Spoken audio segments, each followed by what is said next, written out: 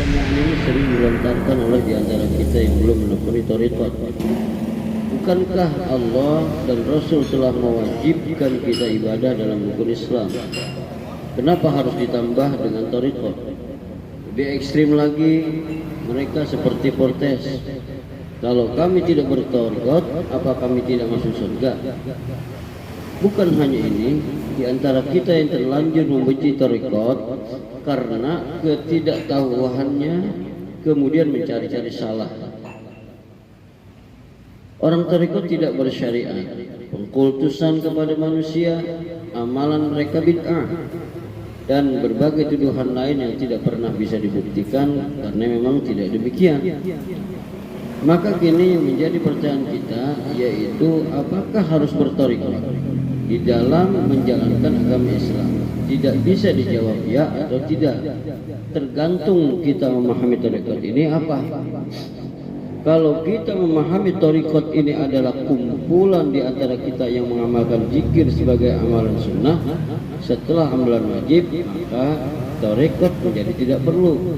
Tapi kalau kita memahami bahwa thariqat adalah sebuah metodologi untuk melaksanakan syariat, maka thariqat menjadi wajib. Karena tanpa thariqat tidak akan mungkin kita bisa melaksanakan syariat dengan benar sesuai dengan yang diperintahkan Allah Subhanahu wa taala. Di tengah perdebatan perlu atau tidaknya berthariqat, ada wilayah netral yang bisa kita jelaskan agar semua pihak bisa menerima dengan baik. Kita yang sudah sangat ahli dalam menembak tidak membutuhkan teropong untuk menembak sesuatu, karena kita sudah berlatih bertahun-tahun sehingga objek yang jaraknya 100 meter sampelnya bisa kita tembak dengan tepat. Tapi bagi kita yang belum ahli, teropong adalah sarana untuk membantu agar menembak lebih tepat sasaran. Memakai teropong ini ibarat berthariqat, sedangkan tidak memakai teropong ini tidak berthariqat. Untuk jarak 100 meter bisa menggunakan kehebatan mata, tapi kalau objek berjarak 1000 meter, mata sudah tidak bisa kita andalkan lagi. Inilah sebabnya seorang sniper wajib memakai teropong untuk menembak, walaupun mereka sudah sangat ahli. Analogi lain seperti kita menyeberang jalan yang sangat ramai. Ada dua pilihan, menyeberang dengan langsung atau memakai jembatan penyeberangan.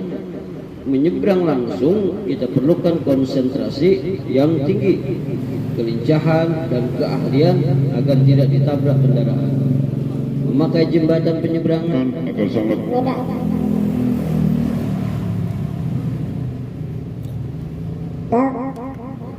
Ya.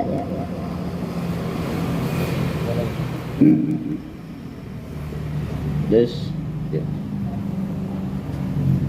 Memakai jembatan penyeberangan akan sangat mudah.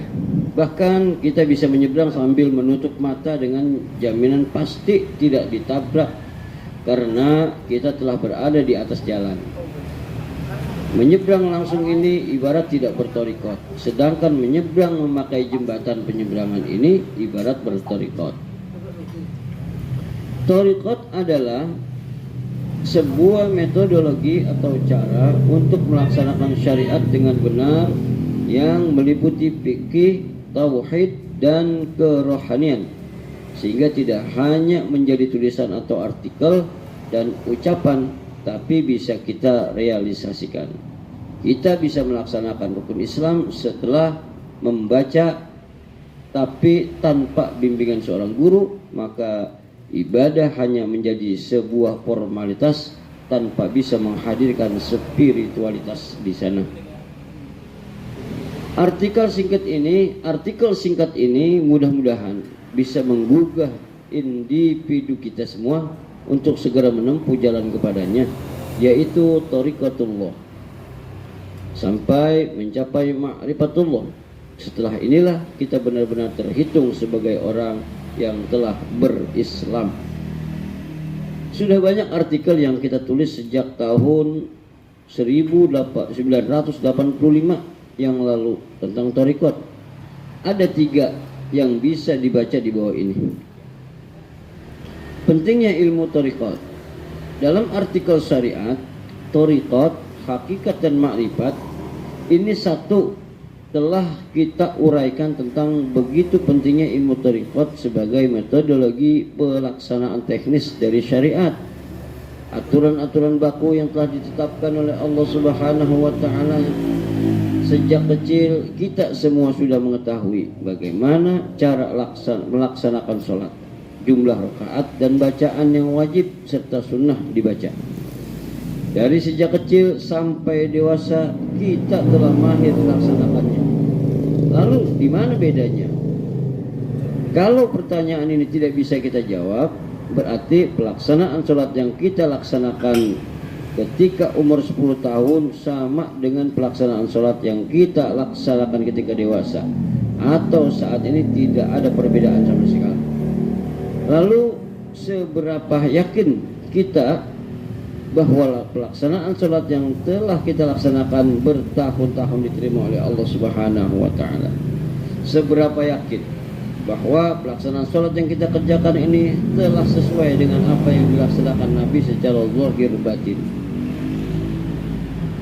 Pertanyaan ini perlu kita renungi dan kita jadikan semangat untuk terus mencari agar ibadah bisa di-upgrade ke level lebih tinggi, sehingga apapun ibadah yang kita lakukan akan memiliki makna yang dalam. Thariqat sebagai ilmu untuk melaksanakan semua aturan agama akan bisa menjawab semua pertanyaan-pertanyaan di atas. Menekuni thariqat, pada tahap awal kita mulai dengan tobat, yaitu menyesali kesalahan dan kekeliruan kita, menyesali dan akan kelalaian kita dalam mengingatnya. Dengan tobat, maka rohani kita sebagai manusia akan menjadi suci seperti kita baru dilahirkan kembali. Jiwa kita sebagai manusia atas bimbingan guru mursyid akan terasa seperti kain putih, dan ketika kita melihat kain putih akan membuat individu kita sadar bahwa kita telah mengalami mati dan kemudian hidup kembali dengan kehidupan yang baru. Jiwa kita yang telah mati dan dihidupkan kembali inilah kemudian memulai ibadah dengan kehidupan baru sesuai dengan tuntunan Allah Subhanahu wa taala. Nabi berpesan, matikanlah individumu sebelum engkau mati. Hadis ini hanya bisa dilaksanakan ketika kita mulai menekuni thariqat. Mati dalam pengertian syariat, napas berhenti. Sedangkan mati dalam makna hakikat adalah mematikan akal pikiran dan menghidupkan objek hati individu yang posisinya di antara 2 tulang rongga dada di atas perut kita, sebagai mediasi komunikasi dengan jiwa atau ruh yang naik dari dalam dada ke kedua urat leher atau tenggorokan kita, lalu meyakini zat ilahiyah yang turun dari kedua urat leher atau tenggorokan ke dalam dada kita hingga betul-betul menyentuh objek hati individu kita. Kita sebagai manusia yang mempunyai keterbatasan, penuh kehinaan dan penuh kesilapan, tidak akan mungkin bisa berkomunikasi dengan zat yang maha bersih dan maha tinggi, yaitu Allah Subhanahu wa ta'ala. Karena ini Allah lewat Rasul menurunkan wasilah nur Allah sebagai media komunikasi antara hamba dengan Allah. Satu hal yang harus kita pahami bahwa Rasul dan Nabi bukanlah wasilah, mereka hanya sebagai pembawa wasilah yang berasal dari Allah Subhanahu wa ta'ala. Setelah Nabi wafat, maka wasilah ini dibawa oleh ulama pewaris Nabi, yaitu para ulama, guru mursyid dan wali Allah, untuk menuntun kita sebagai manusia ke jalannya. Disinilah sebenarnya letak selisih pendapat antara kita pengamal thariqat dengan kita yang tidak pernah mengamalkan thariqat. Sebagian menganggap bahwa guru mursyid ini adalah wasilah sehingga kita menuduh guru mursyid sebagai perantara antara kita sebagai hamba dengan Tuhan. Guru mursyid meneruskan tradisi dari Rasul, yaitu membawa wasilah dari sisi Allah untuk disampaikan kepada seluruh kita sebagai umat manusia. Orang-orang yang membawa wasilah ini bukan ditunjuk oleh sekelompok orang, bukan dipilih oleh kita sebagai manusia, tapi mereka adalah pilihan Allah, orang-orang yang dikasihi oleh Allah Subhanahu wa ta'ala. Kenapa guru mursyid begitu penting kedudukan dalam thariqat? Karena memang inti sari dari thariqat ini terletak pada guru mursyid. Jadi bukan jenis thariqat yang menentukan kualitas sebuah thariqat, tapi tergantung pada kualitas dari mursyid ini sendiri. Maka tidak semua ulama bisa menjadi guru mursyid, walaupun ilmu agamanya sangat luas, menghafal Al-Quran dan hadis, paham akan hukum-hukum agama, belum tentu layak untuk dijadikan sebagai mursyid. Guru mursyid harus memenuhi kriteria dan syarat-syarat yang telah ditetapkan oleh Allah dan Rasulnya. Yang pasti seorang guru mursyid haruslah mencapai kedudukan wali Allah. Keterangan tentang wali Allah bisa dibaca di siapakah wali itu, dan penjelasan secara lengkap tentang wasilah dan guru mursyid bisa Anda baca di sini. Dan di sini guru mursyid sebagai pembawa wasilah pada hakikatnya adalah sebagai pembawa nur Allah. Baca surah An-Nur ayat 35. Karena pembawa nur Allah, maka dari dalam individu mursyid akan mengalir segala ilmu rahasia dari Allah yang merupakan warisan Rasulullah Sallallahu Alaihi Wasallam. Sudah sewajarnya kita sebagai para murid memberikan penghargaan yang tinggi kepada guru mursyid kita, melebihi penghargaan kepada guru-guru biasa. Sebagai sampel sederhana, kulit kambing pun kita hargai, hormati, kita cium dengan penuh khidmat ketika menjadi sampul Al-Quran atau ayat-ayat Allah yang tertulis. Lalu bagaimana kita tidak menghargai guru mursyid yang merupakan sampul dari nur Allah, yang merupakan hakikat dari Al-Quran?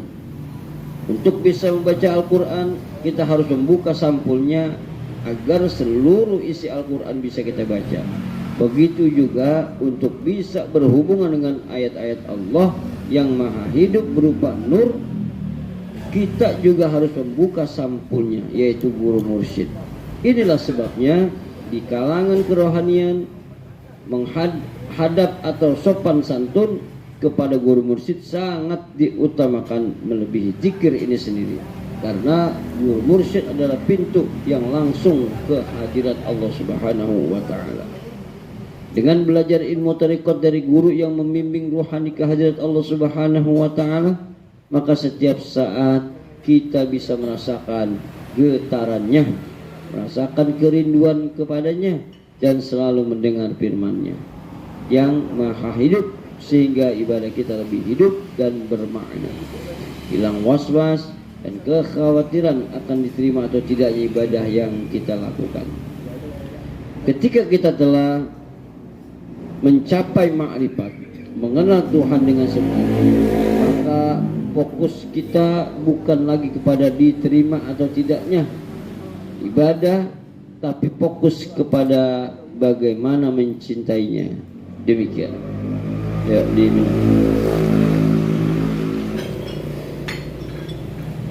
para ikhwan yang dirahmati Allah, syariat, thariqat, hakikat dan ma'rifat itu satu. Kita seringkali dapat pertanyaan di antara kita tentang hubungan antara syariat dan hakikat. Pada kesempatan ini kita ingin sedikit membahas hubungan yang sangat erat antara keduanya. Syariat bisa kita ibaratkan sebagai jasmani atau badan, tempat ruh berada. Sementara hakikat ibarat ruh yang menggerakkan badan.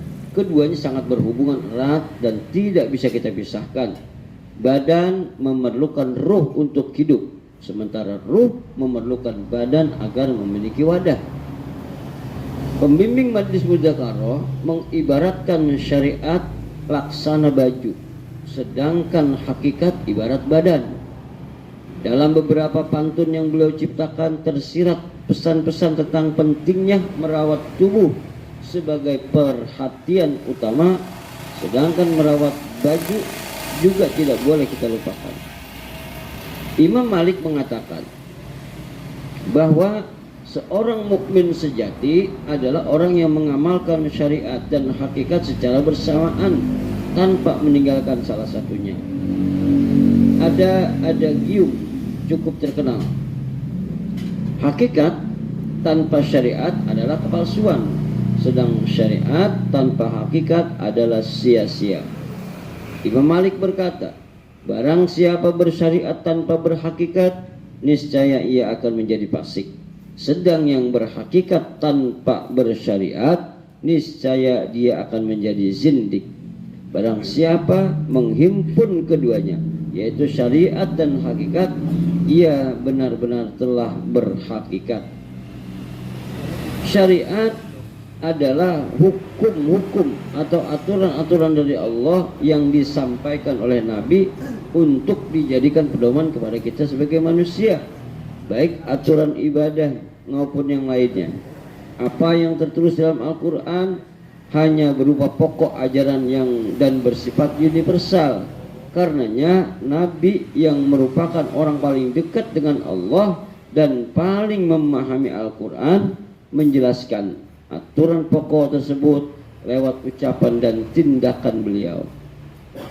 Para sahabat menjadikan sebagai pedoman kedua yang dikenal sebagai hadis.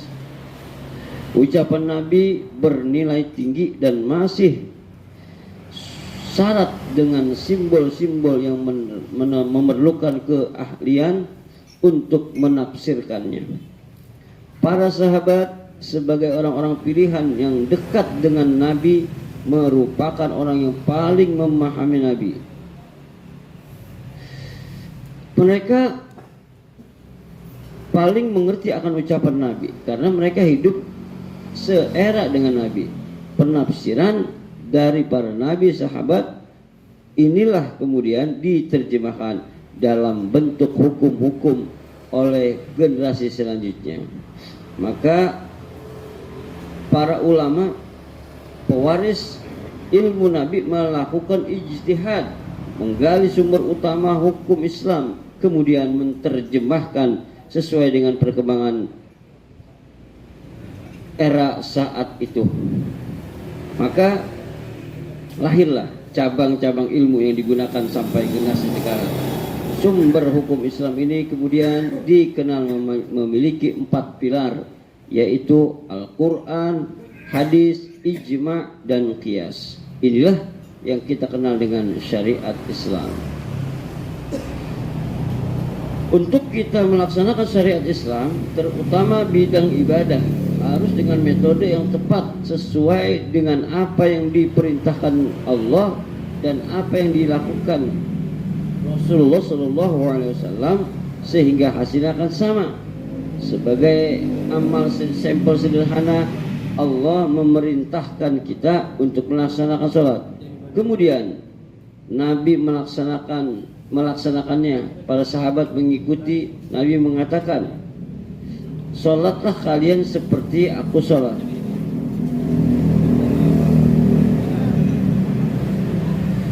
Tata cara pelaksanaan sholat Nabi yang disaksikan oleh sahabat dan juga dilaksanakan oleh sahabat, kemudian dijadikan aturan oleh ulama. Maka kita kenal sebagai rukun sholat yang 13 perkara. Kalau hanya sekedar melaksanakan sholat, maka aturan 13 ini bisa menjadi pedoman untuk seluruh kita sebagai umat Islam agar melaksanakan sholat kita standar sesuai dengan pelaksanaan sholat Nabi. Akan tetapi dalam rukun pelaksanaan sholat tidak diajarkan cara supaya khusyuk dan supaya bisa mencapai tahap ma'rifat di mana kita sebagai hamba bisa memandang wajah Allah Subhanahu wa taala. Ketika memulai pelaksanaan salat dengan wajjahtu wajhi lillazi fataras samawati wal arda hanifan musliman wa ma ana minal musyrikin. Hadapkan wajahku kepada Zatnya yang menciptakan langit dan bumi dengan keadaan lurus dan berserah diri, dan tidaklah aku termasuk orang-orang yang musyrik. Seharusnya kita seorang hamba sudah menemukan channel atau gelombang Tuhan, menemukan wajahnya yang maha agung, sehingga kita tidak termasuk orang musyrik menyekutukan Tuhan. Kita telah mudah menuduh musyrik kepada di antara kita yang lain. Tanpa sadar kita hanya mengenal nama Tuhan saja, sementara yang hadir dalam pelaksanaan sholat wajah-wajah lain selain Dia. Kalau wujud wajahnya sudah kita temukan di awal pelaksanaan sholat, maka ketika sampai kepada bacaan Al-Fatihah, di sana benar-benar terjadi dialog yang sangat akrab antara kita sebagai hamba dengan Tuhan kita. Syariat tidak mengajarkan hal-hal seperti ini karena syariat hanya berupa hukum atau aturan. Untuk bisa melaksanakan syariat dengan benar, ruh ibadah ini hidup. Kita perlukan metodologi pelaksanaan teknisnya yang dikenal dengan thariqatullah, jalan kepada Allah, yang kemudian disebut dengan thariqat. Jadi thariqat ini pada awalnya bukan perkumpulan orang-orang yang mengamalkan zikir. Nama thariqat diambil dari sebuah istilah dari radhiyallahu anhu di era, maksudnya istilah di era Nabi, yaitu thariqatus sirriyah, diambil dari sebuah istilah di era Nabi, yaitu thariqatus sirriyah yang bermakna jalan rahasia atau amalan rahasia untuk mencapai kesempurnaan ibadah. Munculnya perkumpulan thariqat di kemudian hari adalah untuk menyesuaikan dengan perkembangan era agar kita dalam ibadah lebih teratur, tertib dan terorganisir seperti nasihat Sayyidina Ali bin Abi Thalib radhiyallahu anhu. Kejahatan yang terorganisir akan bisa mengalahkan kebaikan yang tidak terorganisir. Kalau ajaran-ajaran agama yang kita kenal dengan syariat ini tidak kita laksanakan dengan metode yang benar, yaitu thariqatullah, maka ibadah akan menjadi kosong, hanya sekedar memenuhi kewajiban agama saja. Pelaksanaan sholat hanya mengikuti rukun-rukun dengan gerakan kosong belaka. Badan bergerak mengikuti gerakan pelaksanaan sholat, namun pikiran kita berkelana kemana-mana. Sepanjang pelaksanaan sholat akan muncul berjuta hayalan. Karena ruh masih di alam dunia, maka sampai ke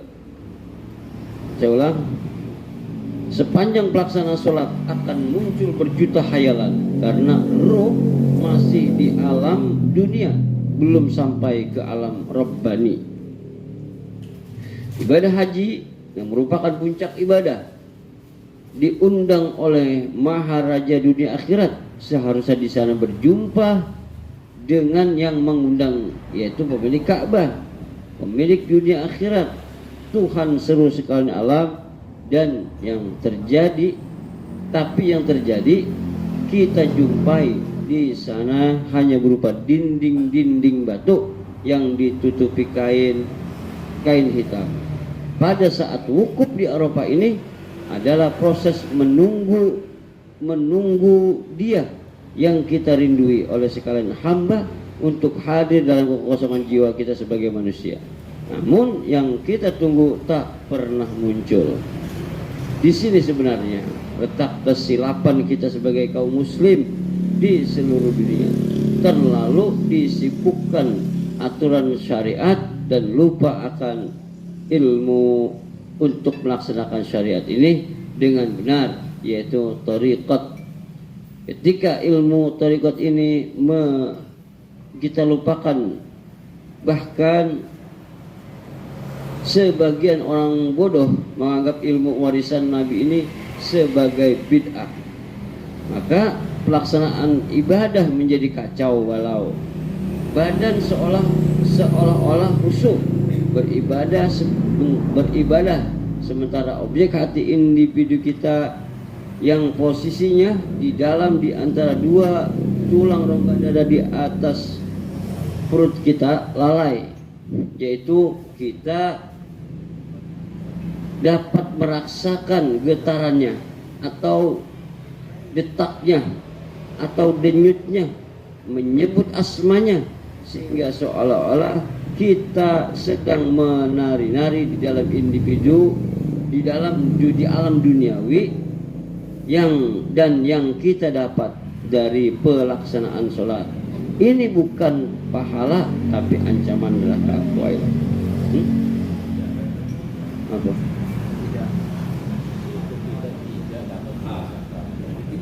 Iya.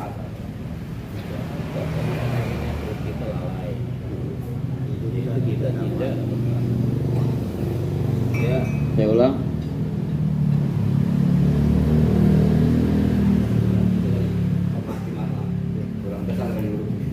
Enggak. Badan seolah-olah khusyuk beribadah sementara objek hati individu kita yang posisinya di antara dua tulang rongga di dada di atas perut kita lalai, yaitu kita tidak dapat merasakan getarannya atau detaknya atau denyutnya, menyebut asmanya, sehingga seolah-olah kita sedang menari-nari di alam duniawi.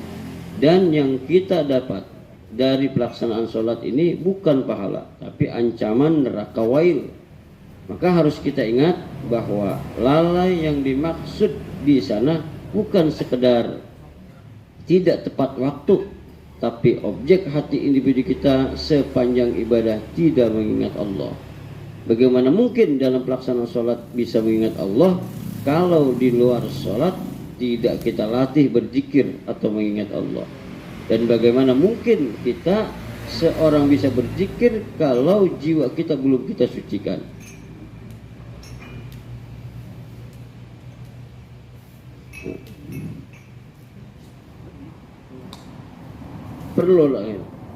Perlu latihan kita sesuai dengan perintah Allah dalam surat Al-A'la.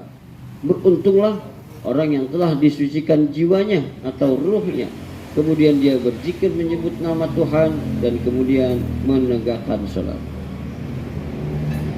Kesimpulan dari artikel singkat ini bahwa sebenarnya tidak ada pemisahan antara keempat ilmu, yaitu syariat, thariqat, hakikat dan makrifat.